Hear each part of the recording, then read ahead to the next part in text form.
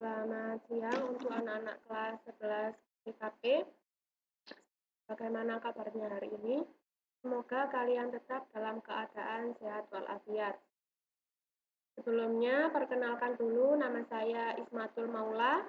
Kalian bisa panggil saya Bu Isma. Nah, untuk di kelas 11, saya mengajar tentang otomatisasi tata kelola kepegawaian.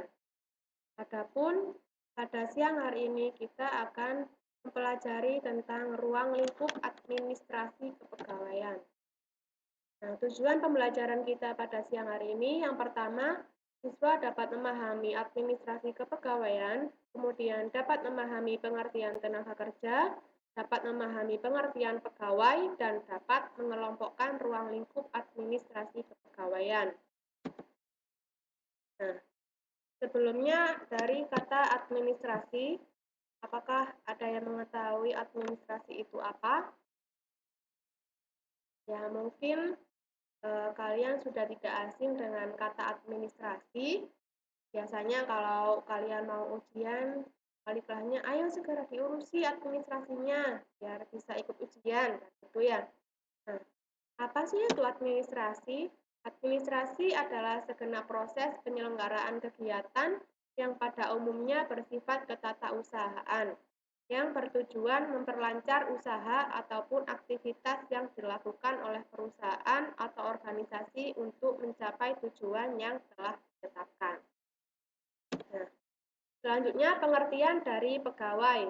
Menurut Undang-Undang Nomor 13 Tahun 2003 mengenai ketenagakerjaan, tenaga kerja adalah setiap orang yang dapat melakukan pekerjaan guna menghasilkan barang atau jasa, baik untuk memenuhi suatu kebutuhan sendiri maupun untuk masyarakat. Selanjutnya, menurut Sumitro Jojo Hadikusumo, tenaga kerja adalah semua orang yang mau ataupun bersedia dan memiliki kesanggupan untuk bekerja, termasuk mereka yang menganggur meskipun mau dan mampu untuk bekerja, terpaksa menganggur karena tidak ada kesempatan kerja. Sedangkan menurut Dr. Payaman Simanjuntak, tenaga kerja adalah penduduk yang sudah atau sedang mencari pekerjaan dan melaksanakan kegiatan, baik itu sedang bersekolah maupun mengurus rumah tangga. Nah, di sini dapat disimpulkan bahwa pegawai itu merupakan orang yang bekerja pada suatu organisasi atau lembaga, baik swasta maupun pemerintah, baik sebagai pegawai tetap maupun tidak tetap, untuk mendapatkan gaji atau upah dalam memenuhi kebutuhan hidupnya. Sedangkan pengertian tenaga kerja adalah setiap orang yang mampu, mau, dan siap untuk melakukan suatu pekerjaan yang menghasilkan barang atau jasa yang berada dalam usia kerja, baik yang saat ini sudah bekerja maupun masih dalam tahap mencari pekerjaan. Nah, kemudian disimpulkan bahwa pengertian administrasi kepegawaian adalah kegiatan administrasi mulai dari merencanakan, mengorganisasikan, mengembangkan, mengendalikan, dan kegiatan lainnya yang berkaitan dengan pegawai atau karyawan. Nah, jadi di sini ada perbedaan antara pegawai dan tenaga kerja. Kalau pegawai itu berarti orang yang sudah bekerja, baik pegawai tetap maupun tidak tetap, untuk memperoleh gaji untuk memenuhi kebutuhan hidupnya. Sedangkan tenaga kerja itu merupakan orang yang mampu, mau, atau siap untuk melakukan suatu pekerjaan. Baik dia yang sedang mencari pekerjaan maupun yang sudah memperoleh pekerjaan. Itu perbedaannya ya. Kemudian kegiatan dari administrasi kepegawaian. Yang pertama ada perencanaan tenaga kerja. Nah, administrasi kepegawaian atau HRD biasanya kalau di perusahaan itu menyebutnya, kalau mau melakukan suatu pengadaan pegawai itu yang pertama harus direncanakan. tenaga kerjanya itu. Direncanakan dulu pekerjaannya dibutuhkan itu apa. Kemudian berapa banyak orang atau formasi yang dibutuhkan. Baru setelah itu direncanakan, dilakukan yang namanya perekrutan tenaga kerja. Perekrutan tenaga kerja ini biasanya kalau kalian mendengar di sekolah ada perekrutan tenaga kerja. Nah, itu ada perusahaan yang membuka kesempatan lowongan kepada para pencari kerja untuk melamar di perusahaannya.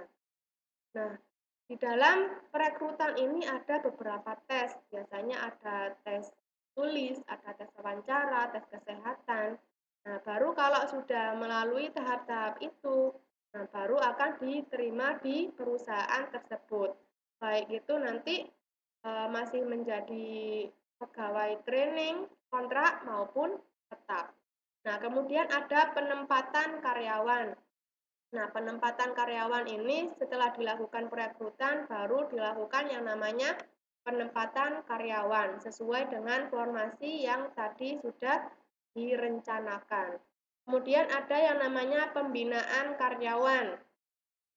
Nah, jadi biasanya untuk pegawai-pegawai baru itu dilakukan pembinaan dulu sebelum terjun ke lapangan. Nah, jadi dari perusahaannya melakukan pembinaan atau orientasi kepada para tenaga kerja itu. Selanjutnya dilakukan yang namanya pengawasan karyawan. Nah, tadi kan kalau karyawan biasanya di training dulu, biasanya training 3 bulan. Nah, itu diawasi bagaimana selama training ini kinerja dia. Apakah membaik atau memburuk? Kalau misalnya membaik, biasanya dilakukan atau diangkat menjadi pegawai kontrak. Nah, kalau sudah menjadi pegawai kontrak itu juga diawasi juga. Apakah pekerjaannya itu tetap membaik atau semakin memburuk. Nah, kalau misalnya dia semakin buruk, baru dilakukan yang namanya pemberhentian karyawan. Nah, di sini pemberhentian karyawan ini dilakukan biasanya apabila karyawannya itu sudah tidak produktivitas lagi, jadi tidak mampu untuk bekerja di perusahaan itu. Selanjutnya ada prinsip administrasi kepegawaian. Yang pertama ada prinsip kemanusiaan. Prinsip kemanusiaan ini berarti setiap pegawai harus memiliki porsi yang sama dalam hal persamaan harga diri, kemauan, maupun cita-cita.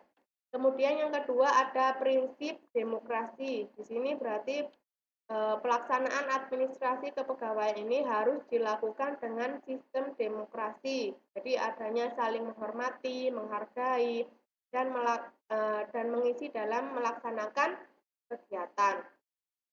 Selanjutnya ada the right man on the right place. Berarti penempatan seseorang pada posisi yang tepat. Nah, jadi seseorang itu harus ditempatkan pada posisi yang tepat agar pekerjaannya itu lebih maksimal. Kemudian ada equal pay for equal work. Nah, ini maksudnya pemberian balas jasa. Ini maksudnya equal pay for equal work. Jadi pemberian balas jasa kepada semua pegawai itu harus sesuai dengan kinerjanya. Kemudian ada prinsip kesatuan arah. Ini berarti administrasi kepegawaian itu harus sesuai dengan undang-undang yang berlaku. Kemudian ada prinsip kesatuan tujuan, ada prinsip efisiensi dan produktivitas kerja, kemudian ada prinsip disiplin. Prinsip disiplin ini sudah jelas bahwa setiap pegawai itu harus mematuhi peraturan-peraturan yang ada di perusahaan, dan ada prinsip wewenang dan tanggung jawab. Nah, untuk pertemuan kali ini saya rasa sampai di sini dulu. Terima kasih atas perhatiannya. Wassalamualaikum warahmatullahi wabarakatuh.